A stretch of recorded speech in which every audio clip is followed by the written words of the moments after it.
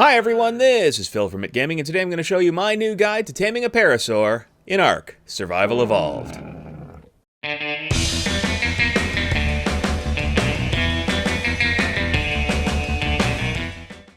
At some point or another, almost every player in Ark Survival Evolved will tame a Parasaur, as is shown by the popularity of my old Tame a Parasaur video.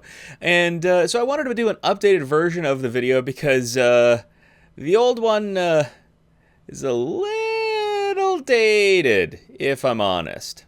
And while the technique used in that video does still indeed work, there is a heck of a lot easier way to tame a Parasaur now than there was in 2015. So how do you go about taming a Parasaur? Well, first, I would recommend that you be at least level 9 before you start trying to tame a Parasaur.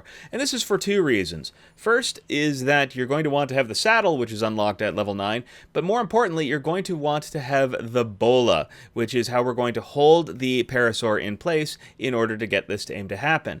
The other thing you're going to need is available at level 8, and that is the wooden club. So go ahead and select that as well, and once you have those three things, just go ahead and craft them. Fortunately, they're fairly easy to make. All you'll need is fiber and wood for the club, and for the bola you will also need some stones and some hide.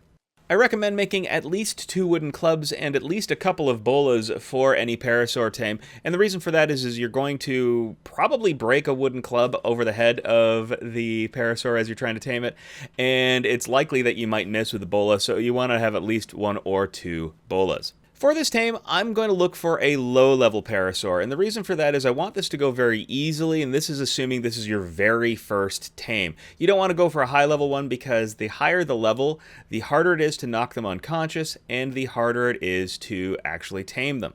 So what you're going to do is you're going to throw a bola at the Parasaur, and once you do that, grab your wooden club and just start hammering away at its head. Like, really just go to town. You're going to be at this for a little bit, and the amount of time it'll take will vary depending on what level the Parasaur is. So again, I do recommend using a low-level Parasaur to start. But eventually, you will knock it unconscious, and there it is sitting on the ground, in my case, clipping into the hill a little bit. And you can see there that there are 2 bars there. There's a pink unconsciousness bar, and then there is a put food in inventory to tame bar.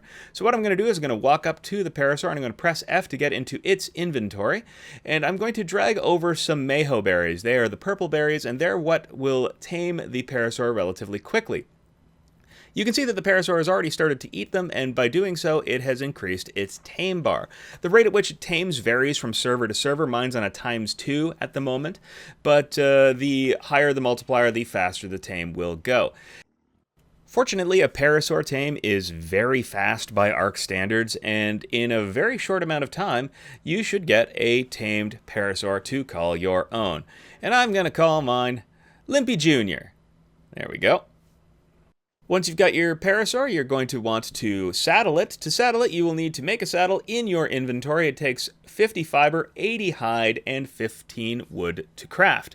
In order to equip it onto your Parasaur, you need to be in your Parasaur's inventory. I usually just press F on PC to do so. And when I get into the inventory, I will then just take the saddle that's in my inventory and I will drag it over to the saddle slot, which is located in the middle of the screen. And there you go, saddled Parasaur of your own. So that was a low-level Parasaur. Let me show you a little bit higher-level Parasaur and show you how this system sort of breaks down and doesn't work as effectively. Here's a level 60 Parasaur. I'm going to do, again, the bola I did before, and I'm going to start hitting it with a wooden club, and it's going to take a while here. So I'm going to speed this video up a little bit, and what eventually happens is my first club breaks, so I have to swap to a secondary club, and even then, after wailing on it with 2 clubs, it eventually just runs off, which is a bit disconcerting. So what you have to do if it does run off is you're going to have to bola it again, but there is a cooldown time. You can't just instantly re-bola a creature, so you have to wait a little bit of time and basically chase it back down, and once you've chased it back down, you can re-bola it and then start hitting it again with the club. So you can see that the higher level Parasaurs become a lot more problematic to tame because they won't go down in just a single bola, and multiple bolas put a whole lot of variables into this tame that you really don't want early on, especially if you don't have a Parasaur to chase it down with. Another thing to consider about a Parasaur tame, especially a high-level one, is its torpidity. Now, their torpidity bar is located in the middle of their inventory, and it slowly decreases over time. If it hits 0, the Parasaur will wake up. It's usually not an issue because the tame usually finishes before the torpor goes down to 0, but if you want to make sure that the torpor stays high, you can simply take some narco berries, place it into its inventory, and you can see right now it's decreasing very, very slowly.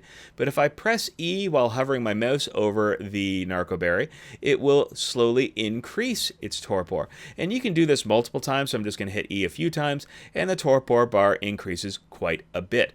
This way you guarantee that the Parasaur will remain sleeping throughout the entirety of the tame. And finally, you don't need to hover over the Parasaur throughout the entirety of the tame. You can simply go into your inventory and click on the Taming List icon up at the top and select the Parasaur there. When you've done that, you will now have a little hexagon icon located on your HUD, and you can go about your business and see how the tame is going from a great distance. This is a remarkably convenient way of keeping track of multiple tames at the same time. Do you have any more tips about taming a Parasaur? Tell us what they are in the comments below. If you found this video useful, please feel free to leave a like, comment, or subscribe to the channel, and as always, have fun out there.